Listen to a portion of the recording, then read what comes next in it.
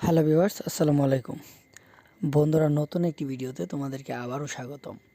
তো তোমরা রাজহাঁসের বাচ্চা সহ যারা বিভিন্ন জাতের হাঁসের বাচ্চা ক্রয় করতে যাচ্ছিলে, অবশ্যই আমাদের স্ক্রিনে দেওয়া নাম্বারে যোগাযোগ করতে পারো। আমাদের ঠিকানাটি হচ্ছে ময়মনসিংহ জেলা তারাকান্দা থানা।